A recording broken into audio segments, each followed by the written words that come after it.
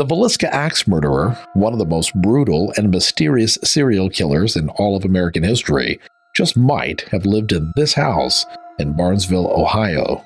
Interestingly, this house also has a terrifying history for being haunted. Over the years, different families have fled from it in terror. Now, before we get to the bones of this story, and I promise you, we will get to the bones of this story, there is something that I think will help make everything else make sense. There's no recorded event that we can trace these hauntings back to. No one was murdered in the house, and nothing horrific was ever recorded happening there. But the name Billy Gibbs, and the evidence that he just might have been the one responsible for dozens of axe murders along train lines throughout the Midwest, was found in the floorboards. If we look at the house itself, well, there's nothing particularly interesting there either. It sits in Barnesville, Ohio, which has a very small population.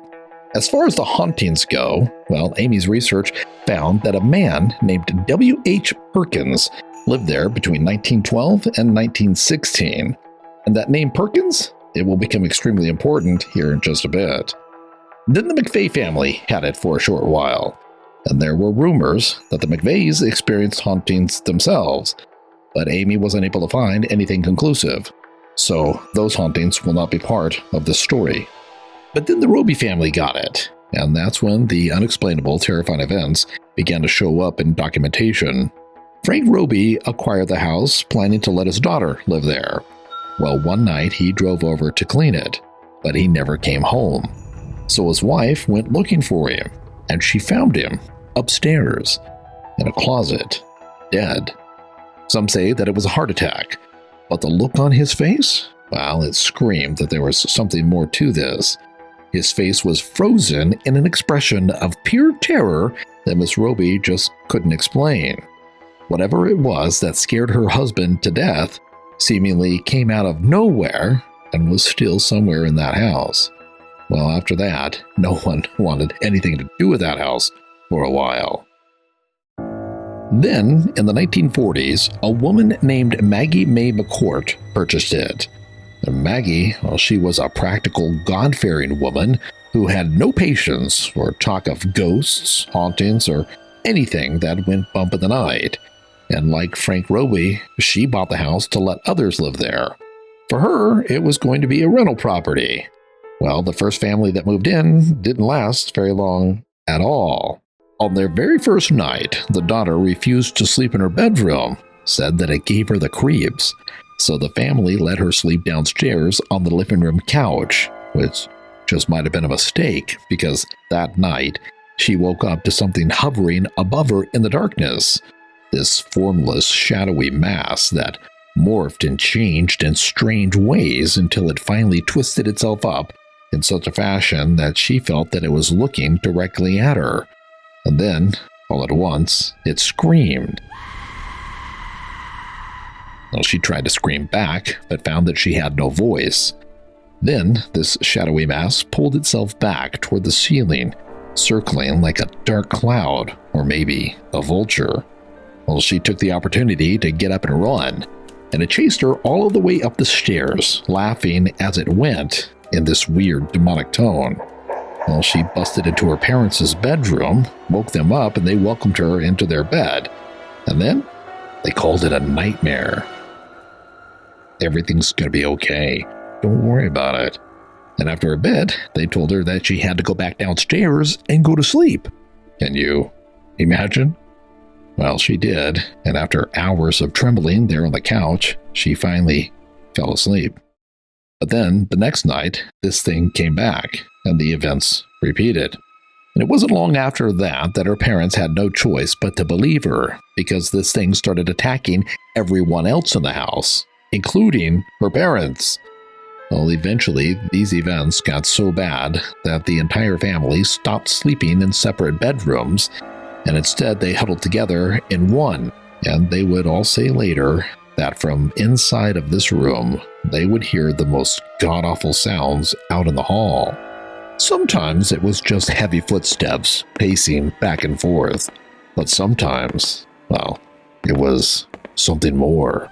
Strange, ghostly sounds that really can't be reproduced in the physical world. Then one night, the daughter just couldn't wait until morning. She had to use the restroom. So, with a lump in her throat, she slipped out into the hallway, and the moment that she did, the door slammed behind her. What followed sounded as if something had grabbed her and was slamming her up against the walls, thrashing violently, relentlessly. The family fought as hard as they could to open the door, but it just wouldn't budge. On the other side of it, they could hear the little girl screaming in terror.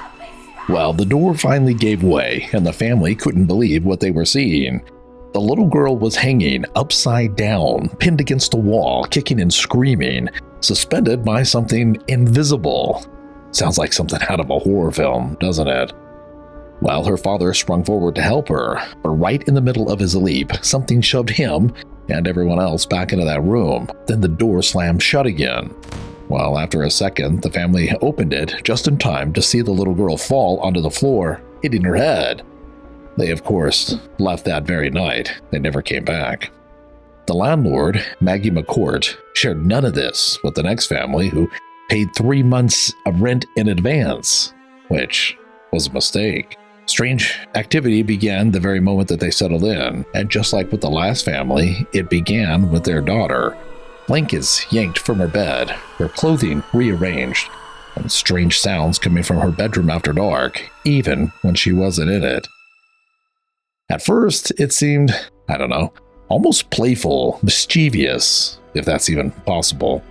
But then it turned on her, and she began waking up with these scratches all over her body that she just couldn't explain. And her bed seemed to shift beneath her while she slept. Well, that was enough for the family. They didn't even ask for their money back. No, they simply left, and they never returned. Maggie McCort was a God-fearing woman, but even she couldn't keep tenants in this house. So it stayed empty, waited, maybe like a predator does, being patient for prey. But then, eventually, the house passed to Maggie's son, a man named Reuben McCort. Reuben, like his mother, did not at all believe in ghosts. He was beyond a skeptic. If he couldn't see it with his own 2 eyes, or hold it in his own 2 hands, well, then it just didn't exist. And until the very day that he died, he never did admit that the house was haunted, even after it began attacking his children. Welcome to Velarcana. Here, we share mysteries that often defy explanation. I research the cases, my husband tells the stories, and sometimes she helps. After inheriting the house from his mother, Reuben McCort moved in and then raised his family there, and he never did experience anything unusual. But his wife, Bonnie, she did. She began to experience strange things right away. But when she told her husband about them, well, he looked her squarely in the eyes, and he said plainly, authoritatively, "There are no such things as ghosts. So, stop it." And his attitude didn't change, even after whatever this was began attacking the children. Guy McCort, Reuben's son, was born in May of 1973. 11 months later, Guy's sister, Arlene, arrived. And from almost the very beginning, before Guy was even old enough to understand what it was that he was seeing, before he even had the words to describe it, he saw things. Monsters is what he called them at first. He saw them everywhere, while his parents, of course, chalked it up to nightmares. But they never went away. Then, when he was about 9 years old, he found out that his sister was seeing them too. One night, she jumped into his bed, pulled the covers up around her face, and then fearfully whispered, "He's trying to get me." "Who is trying to get you?" he asked. "The bad man," she said, "the man who lives in the closet." When Amy shared this part with me, I couldn't help but think of Frank Roby. Remember the man who had died of a heart attack in that closet?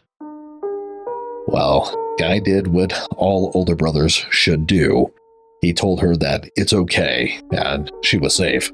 And then he took her back to her bed, and he stayed with her until she fell asleep. And then, just as he was beginning to drift off, something grabbed his blanket and pulled. Well, at first he thought this was Curly, the family dog, so he pulled back. But then Curly, I guess, pulled again, and Guy lost his grip and the blanket disappeared beneath the bed. Well, all of this, of course, woke up his sister, "What's that?" she asked. "Oh, it's just Curly. Go back to sleep." But no sooner did he say that when they both heard Curly's collar jingling up the stairs. Whatever had pulled that blanket, it couldn't have been Curly. Well, from that night on, Guy refused to sleep upstairs. Every night, he would wait until his father fell asleep, and then he would creep down to the couch in the living room. Well, things were milder down there, but even there, he wasn't safe.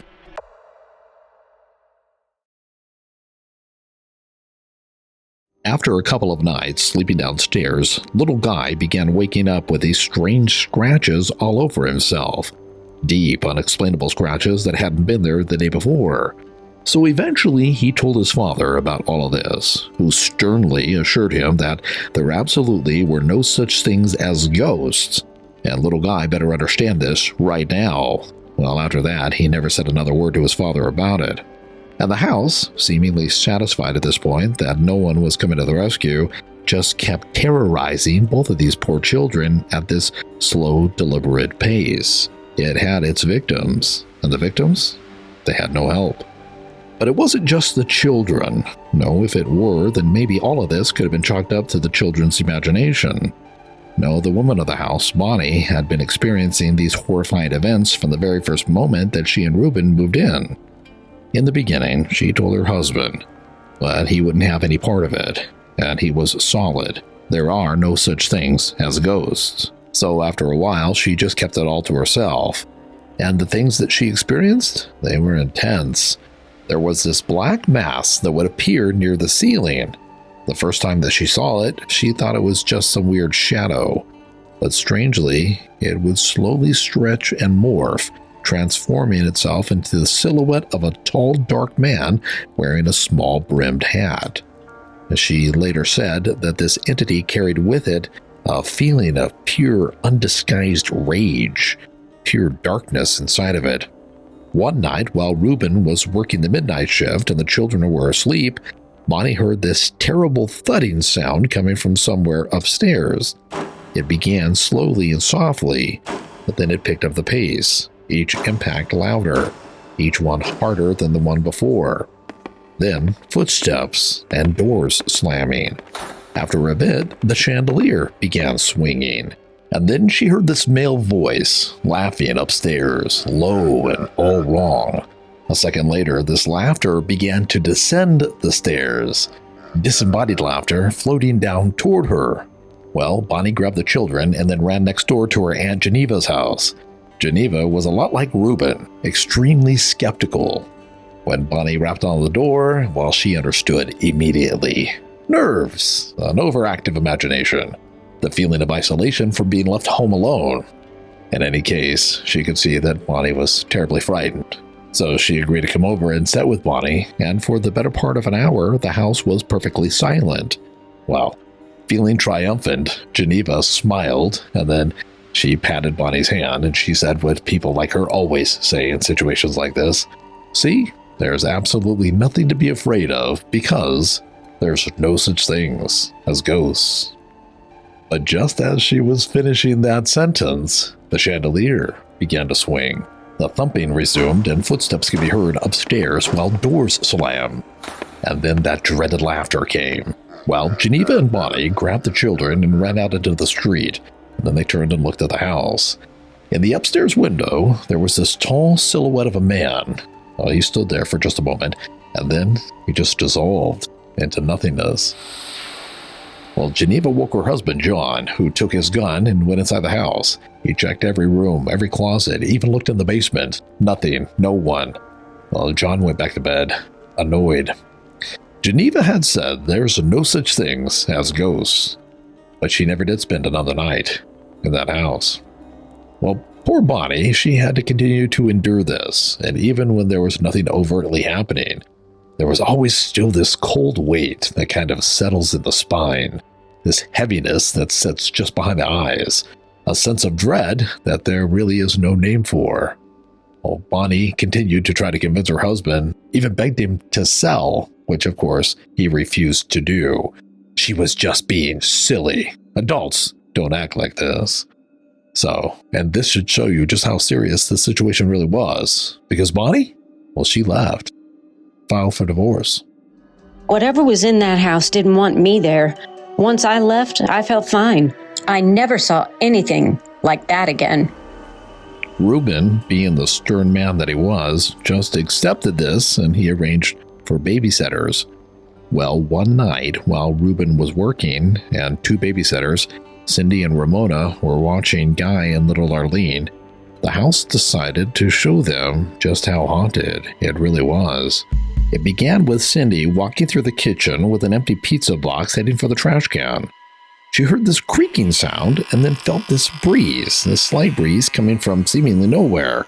So she looked up and she saw a transparent woman floating toward her down the staircase. Long white dress, long puffy sleeves, arms outstretched, and her head tilted to one side. But the most terrifying thing about it was the woman had no face. Well, Cindy screamed and then ran for the front door. The other babysitter looked up and followed right behind her, and neither one of them stopped until they reached the neighbor's house, out of breath and shaking. Cindy tried to explain what they had just seen, and it was only then that they realized that they had left the children behind. So Ramona went back. She stepped through the front door and she looked around. The television was still on. The pizza box was right there on the floor where it had been dropped. And then she saw them. Silently standing in the middle of the room was Guy and Arlene. Now, check this out. They were facing each other with their foreheads touching, and there was this faraway gaze in their eyes, and their arms were dangling limp by their sides, and they were completely still and completely silent. Well, Ramona stopped for a second, barely able to process what it was that she was seeing, and she called their names. Nothing. Well, she walked over to them and pulled them apart, and that seemed to break the spell. Well, they looked up at her, calmly, untroubled, with absolutely no memory of what had just happened. Well, the babysitter never set foot in that house again. Guy grew up, and having no other choice, because his father just wouldn't listen, he learned to live with these hauntings, and eventually he became the owner of the house. And he told himself that he could handle it, because he had done so all throughout his childhood. But the house, well, it had other plans. Because what was coming next wasn't just shadows in the corners or sounds in the night. No, what was coming next would happen in front of witnesses, multiple witnesses. People who would walk out of 405 Church Street and never be the same again. And one of them would be Guy himself.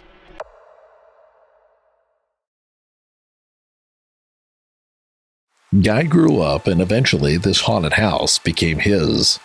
Friends came and friends went, mostly went. And then one summer night, one of the windows upstairs slammed shut. Probably the wind. Well, it was what happened next that made it unexplainable, because it reopened, then slammed again, then opened and slammed. Then the radio began scanning stations all by itself, slowly at first, then faster, voices bleeding through the static, which sounded nothing human. Well, this became too much for one of Guy's friends, who reached up and unplugged it, but the radio didn't care. No, it continued to scan stations. There was the cord in this poor guy's hand, unplugged, and the radio was still playing. Well, that friend wasted no time at all. Didn't even go downstairs. No, he just jumped from the second-story window and ran home, and he never came back. But there were other times when it seemed as if the house wasn't interested in frightening people away. No, sometimes it seemed like it wanted an audience. One evening, a group sat in the darkened dining room, and they watched as this shoe slowly moved across the floor from one end of the room to the other. Well, completely befuddled, they picked the shoe up, they placed it back at the starting place, and then they watched it do it all over again. And they did this repeatedly for about 45 minutes, trying to figure out what in the world was making this shoe do this. But they had to stop when Guy's nephew came in feeling sick. He lay down on the couch, and then within minutes, he started shouting that the blanket was moving. And then he said that he could see someone sitting beside him. On another occasion, and I thought this one was extremely interesting, Guy and 3 friends saw 2 transparent women sitting on the couch, gaunt, hollow-faced, straight greasy hair, black dresses with shawls over their shoulders. They seemed to be talking to each other. Well, that is, until they looked up, and then they seemingly saw the 4 men that were standing there staring at them. And at that point, their mouths began moving rapidly. It was all silence, though the 4 men couldn't hear what they were saying. But the men were staring at them, and they were staring back at the men, and it looked as if they thought that they were the normal ones, and the 4 men were like the ghosts or something. Imagine ghosts petrified of people. Well, as the 4 witnesses stood frozen, the women slowly leaned back and then sank into the couch, and in moments, they were gone. Another time, Guy was in the basement alone, and he came face to face with this crying little boy. Solid, not transparent or ghost-like in any way. And you know that feeling that you get when you're absolutely sure that someone else is in the room? Someone who most certainly should not be there? Well, that's how Guy felt. He later said that the realization hit him like a bucket of ice water. So he closed his eyes, kept saying over and over, "Please be gone, please be gone." When he opened his eyes, the boy was gone. 2 other men on 2 separate occasions, years apart, neither of them believers and neither of them knowing each other, were rendered catatonic in that same basement. One was found sitting up against the wall with his eyes open, but he wasn't breathing. He had to be shaken out of it. When he came to, gasping for air, he said that demons had tried to take his soul. I don't know if that's true, but interestingly, he actually soiled himself. He later said that he was absolutely positive that he had died in that moment. Then there was the Gray Lady, and this one is absolutely crazy. Guy was in bed, drifting towards sleep, when he heard her beside the bed. So he looked over. She was on all 4s, wearing gray tattered burlap, and her head was down. And just like in a horror movie, she slowly looked up at Guy. And when their eyes met, she leaped up like a cat and landed right on his chest, full weight. Face was just inches from his, and it was rotted.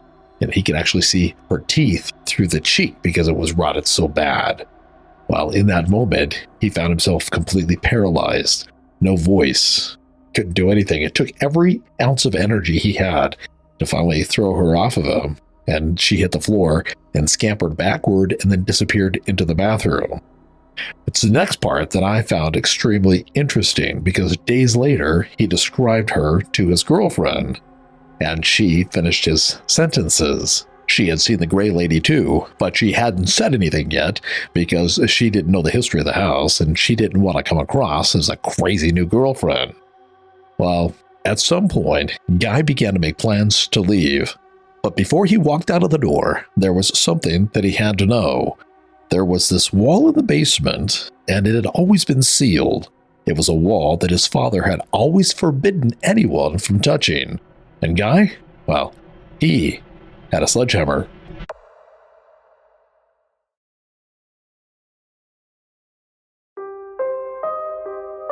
In 1995, Guy took a sledgehammer to the sealed basement wall. He and 2 friends knocked out the blocks one by one until they could reach inside. What they found was a jar. Inside of the jar, an envelope. Inside of the envelope, a letter. It was postmarked 1942, and it was stamped, "Win the War." It was addressed to a Miss Ava Roby. It was a desperate, heartbroken love letter from a man who said that his entire life just belonged to her. Well, a little further into the wall, Guy found a dress and some black pants. And as the men were pulling these pieces of clothing out of the wall, human bones dropped onto the basement floor. And this was a problem, because although this moment was surreal, and Guy should have called the police, well, he had already scheduled a party, and it was just about to begin. So they left everything just as it was, and they went upstairs to get ready. That night, with nearly 30 people gathered, the television suddenly came on full blast, which of course got everyone's attention. Then, through the television came the sound of an old 1940s telephone ringing. And then a woman's voice cut through the static. Hello? Hello? Who is this? And then what sounded like a preacher going on and on about necromancy. The Lord has revealed to me that necromancy is a gift to communing with Curse. It is a path to divine wisdom. Now, I'm sure that most of you already know what necromancy is, but for those of you who don't, well, it's the supposed practice of communicating with the dead. Do not fear it. Embrace it as a blessing from the Almighty. And then there was silence. Well, at this point, of course, you could have heard a pin drop. No one at the party was making any noises at all. They were just listening, waiting for whatever was going to come next. And what came next was loud, seemingly louder than a television can play. You're all going to die. You're all going to die. Well, at that point, two of the guests made a mad dash. And then a voice, not coming through the television, seemed to come through the walls, super loud and insanely powerful. It said, "Stay the F out of there." But of course, it didn't say F. It was so powerful, in fact, that it actually shook the entire house. Well, everybody ran. And in the chaos, Guy glanced over at the basement door, and it was open, and that, of course, was not how he left it. But interestingly, at the top of the stairs, just beyond the threshold, sat the clothing that had been behind the basement wall. Nobody had been in the basement. Well, sometime later, during a bathroom remodel, Guy pulled up the floor to run plumbing, and he found a second letter folded beneath the floorboards. It was dated 1909, from the Norfolk and Western Railway Company. It was addressed to a W.H. Gibbs. The letter expressed regret that Gibbs had declined a supervising position, one that would have paid him more and kept him off of the road. Well, this made Guy curious, and he began to research, and eventually he connected with the great-great-grandson of the home's earliest documented owner. The owner's name? W.H. Perkins. Remember him from the beginning of our story? Well, this great-great-grandson told Guy that his family had lived with a terrible secret for generations. His great-great-grandfather, W.H. Perkins, worked as an axeman for the railroad, and he sent postcards home from every town that he had visited.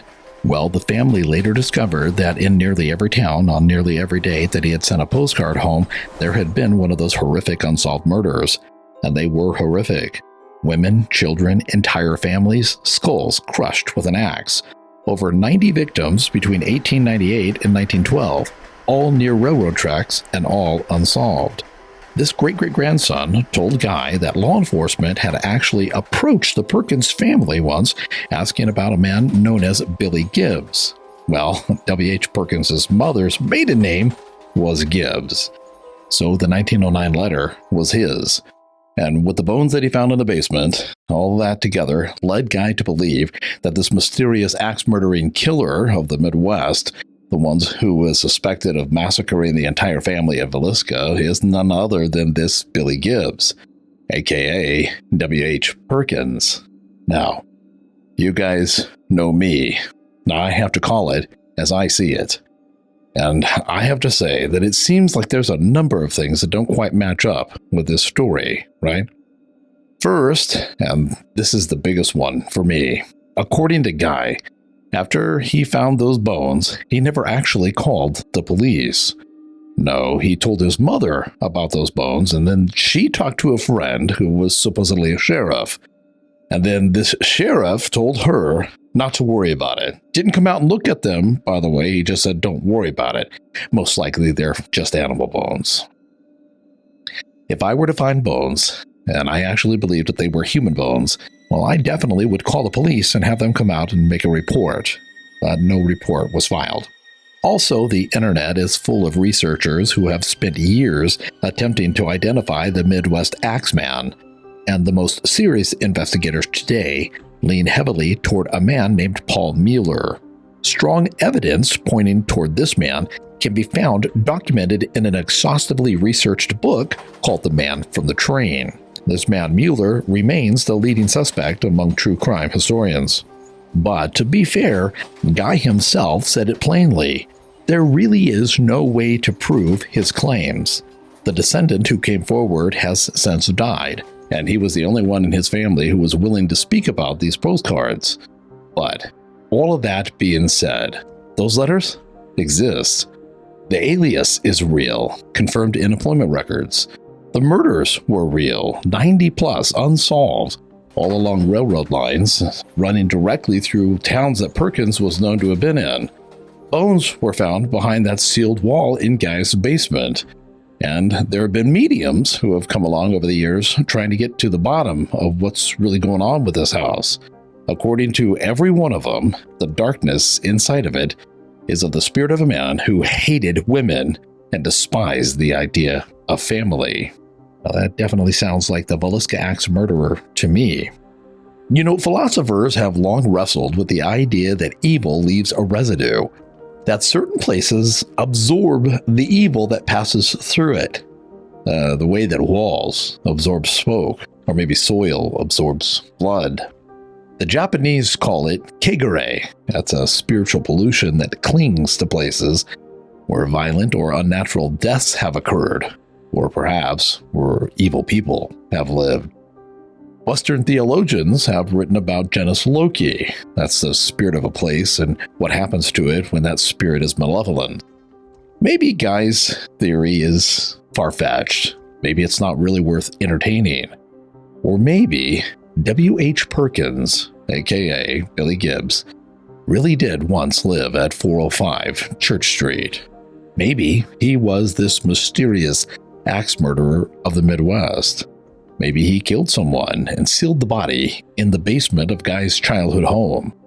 And maybe his soul is still there, still furious, still pounding on the floorboards and haunting the families who stay there. I don't know. Some things just seem to resist explanation, right? 405 Church Street still stands in Barnesville, Ohio. And if the walls could talk, well, I wonder, what secrets would they reveal? Thank you so much for watching. If you enjoy what we do, digging into these stories, chasing down the details, and bringing them to life, please consider supporting us at our Buy Me a Coffee page. We've recently added a few new levels, and they're inspired by our newest researcher. My personal favorite is the Protector of Ancient Knowledge Sage Puppy level. After a year, you'll receive a Velarcana Teen Puppy shirt or a mug, complete with a signed paw print. Because even the smallest guardian of secrets deserves a little support. And if you're ready for another mystery, check out one of the other videos on this page.